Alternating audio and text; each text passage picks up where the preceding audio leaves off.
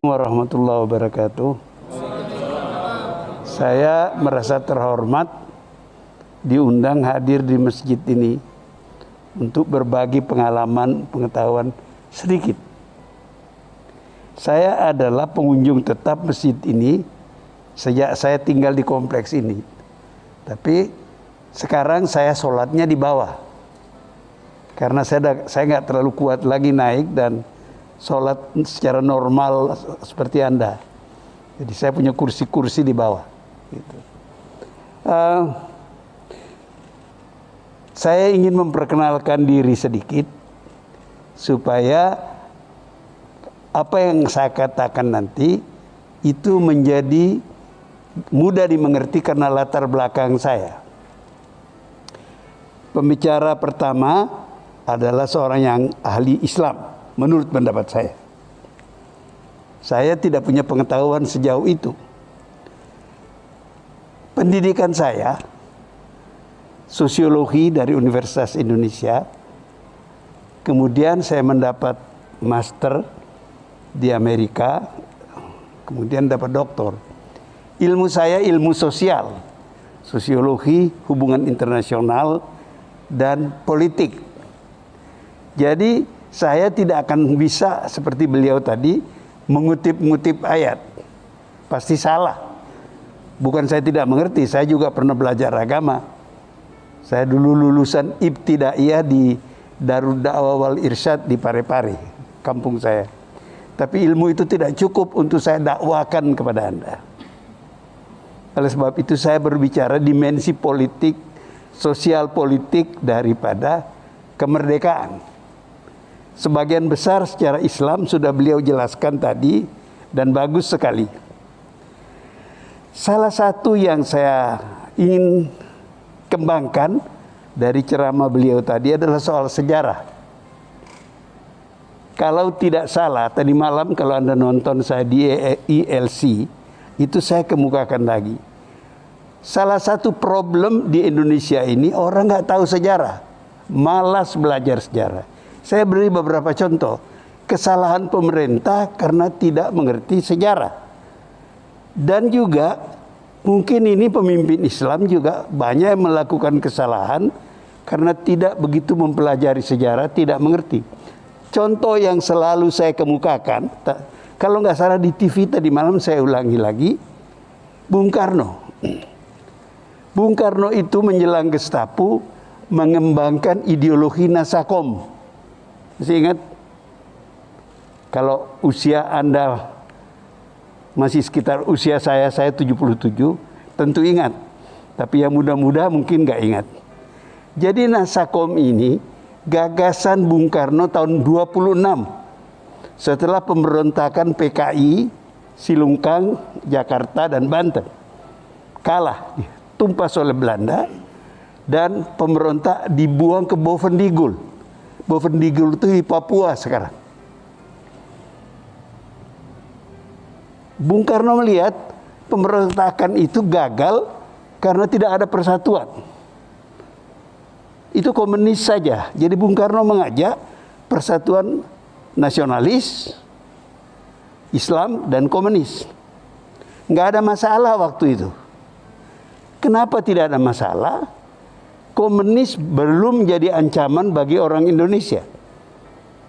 Tahun 48, bapak-bapak, ibu-ibu, mudah-mudahan belajar sejarah, tahu ada pemberontakan PKI di Madiun. Banyak korbannya. Korbannya itu banyak alim ulama, ya, perwira-perwira TNI, tokoh-tokoh birokrasi, dan sebagainya. Sejak itu, cara orang Indonesia yang bukan komunis melihat Indonesia itu sebagai ancaman. Lalu terjadi apa yang sebagian besar kita ingat. Gestapo tahun 65. Sejumlah jenderal itu dibunuh oleh PKI.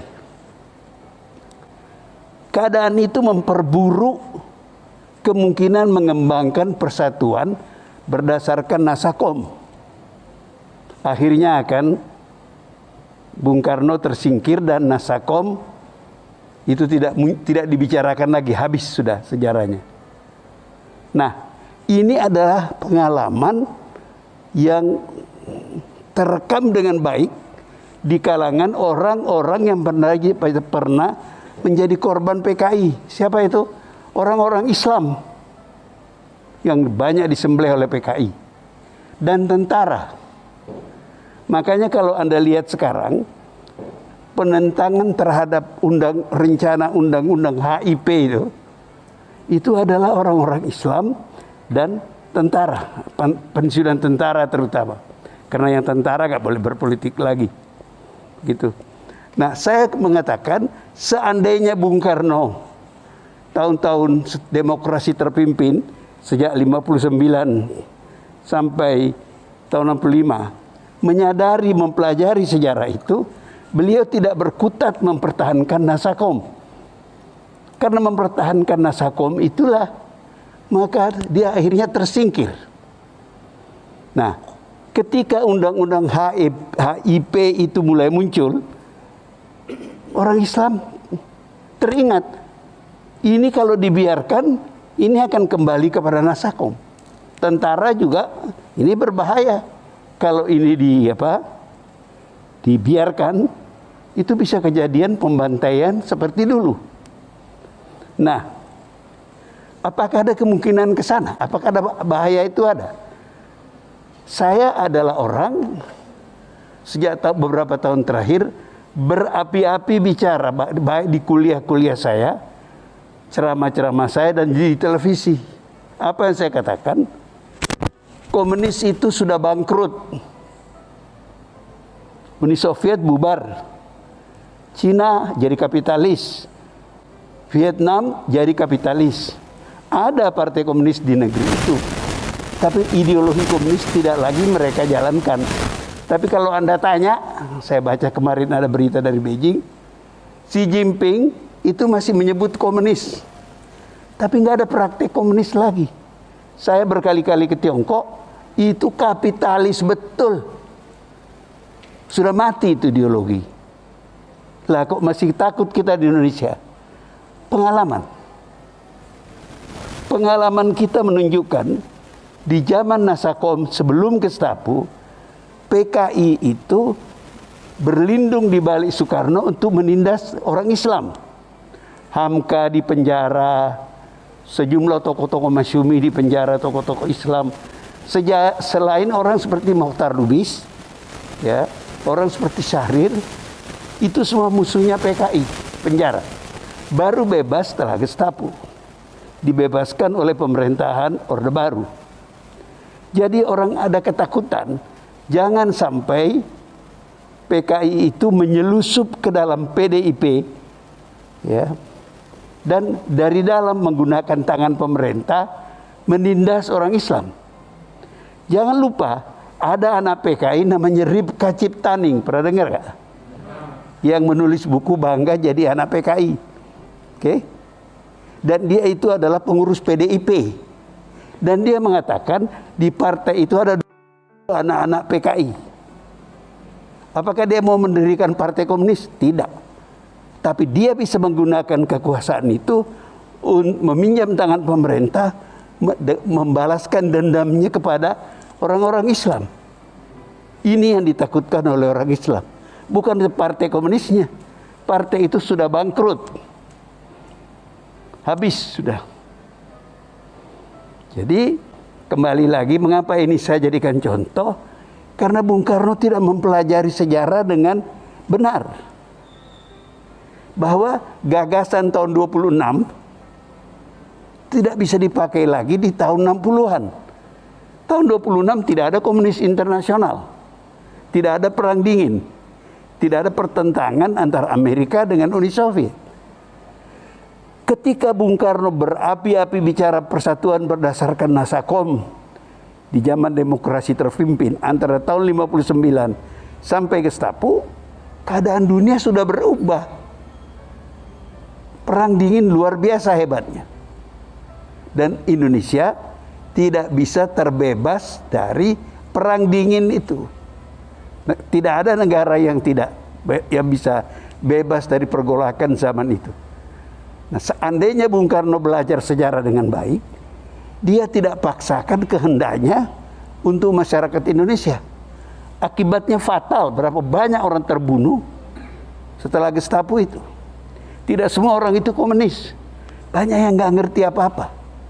Saya termasuk wartawan pertama yang datang ke Pulau Buru tahun 68 saya kira. Gelombang pertama orang-orang tahanan itu dilepas. Saya interview beberapa orang. Yang saya ingat ada seorang pakai kopiah haji di tengah-tengah lapangan gitu. Saya datangi, Bapak Haji ya? Ya Pak. Loh Bapak kok PKI? Dia bilang, katanya Pak PKI itu Partai Kaji Indonesia. Coba lihat lihainya komunis itu. Kaji. Jadi ini Bapak ini nggak ngerti apa-apa. Dipropagandai, mungkin dapat fasilitas, dan PKI kan jago dalam soal-soal seperti itu. Dia bagi-bagi tanah para ulama, para pesantren begitu, kepada orang-orang tidak mengatakan ini orang-orang Islam ini kapitalis memeras rakyat, kamu ambil tanahnya. Nah, ini kemudian menjadi bahan konflik, sehingga setelah Gestapo banyak pembantaian terhadap orang-orang PKI karena dia dulu merampas tanah-tanah wakaf, tanah-tanah para haji yang dianggap sebagai pemeras dan sebagainya. Nah, dari pengalaman sejarah itu tadi saya melanjutkan uraian Anda mengenai pentingnya sejarah itu. Dari pengalaman itu kita lihat kalau tidak hati-hati membaca sejarah, Anda akan berbuat salah. Contoh yang baik. Di tahun-tahun 20-an, 30-an, itu Belanda berkampanye, itu otak pemikirannya Profesor Snoeck-Horgeroonya berkampanye membuat orang-orang Islam itu sekuler. Mereka difasilitasi dan dikirim ke Belanda dan sebagainya. Orang Islam kan tidak punya apa-apa. Lalu berkembanglah gagasan uzlah.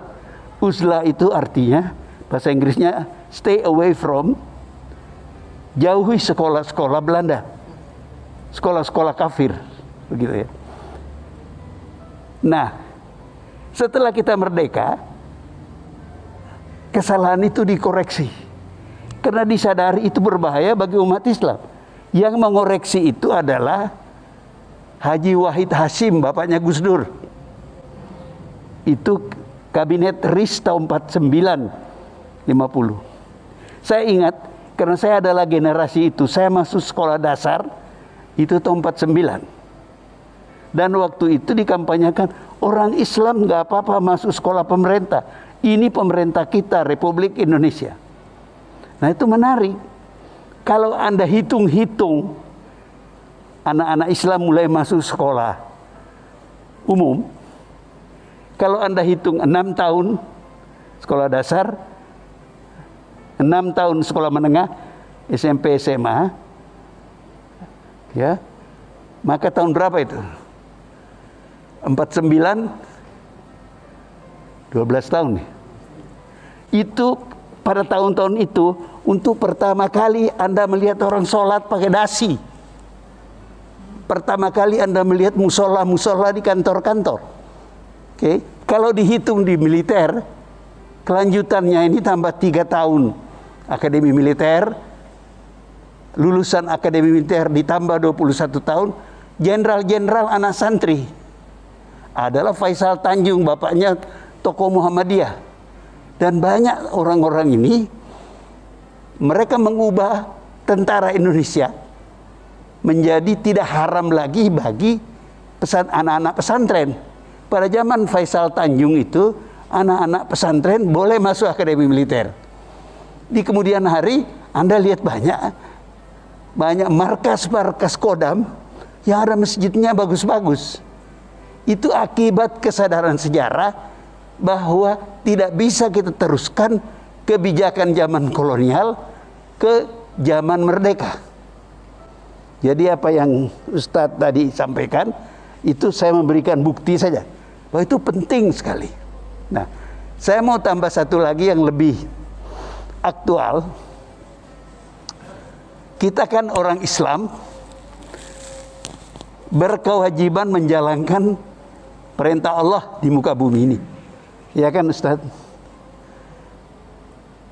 Tapi itu harus juga melihat sejarah bahwa Indonesia ini bukan seluruhnya beragama Islam penduduknya. Jadi kita harus berhadapan pada kenyataan sosial.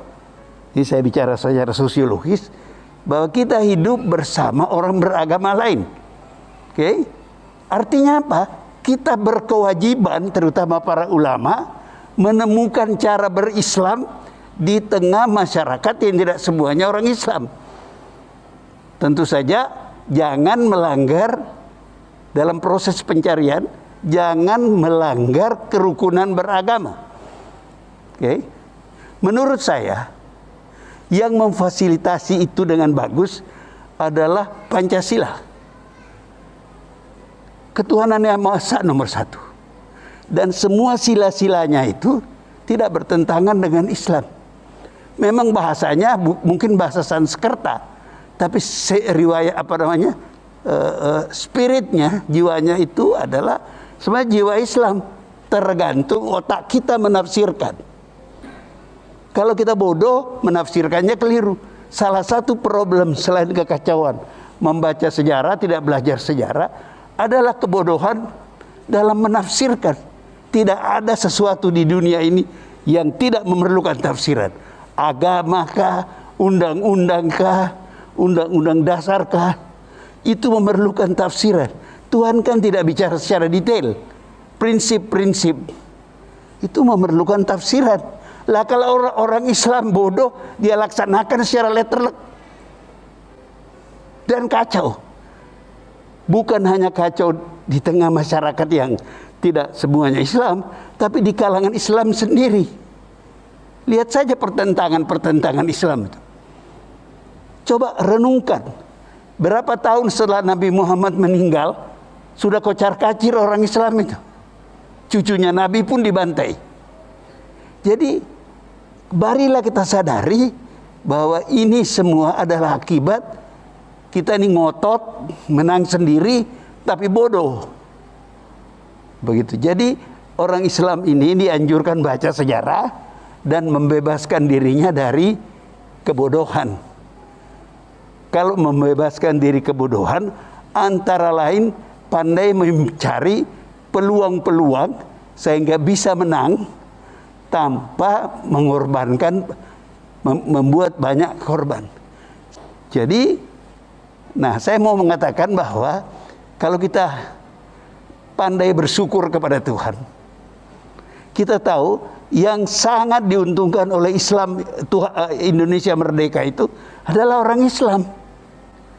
Itu sebabnya mereka harus bersyukur pada Tuhan dan jangan bertingkah laku kayak minoritas tertindas. Kalau tertindas, itu tidak seluruhnya kesalahan penindas. Sebagian adalah kesalahan kita. Kita harus mengatasi itu. Kira-kira itulah provokasi saya. Ya, saya ini profesor, dan kalau saya ngomong terlalu beradab di depan kelas, bisa ngantuk murid-murid saya. Saya itu guru besar Universitas Pertahanan, murid-murid saya itu kolonel-kolonel. Nah, sekarang banyak yang jadi jenderal. Itu kira-kira Ustadz provokasi saya. Terima kasih. Mohon maaf kalau ada yang kurang berkenan. Saya sudah jelaskan latar belakang saya, jadi saya bicara tentang Islam tidak seperti beliau, karena beliau belajar Islam, saya belajar ilmu-ilmu duniawi gitu. Dan itu yang saya share dengan Anda dalam melihat Islam dan negara, Islam dan masyarakat di Indonesia. Terima kasih, mohon maaf kalau ada kurang-kurangnya. Wassalamualaikum warahmatullahi wabarakatuh.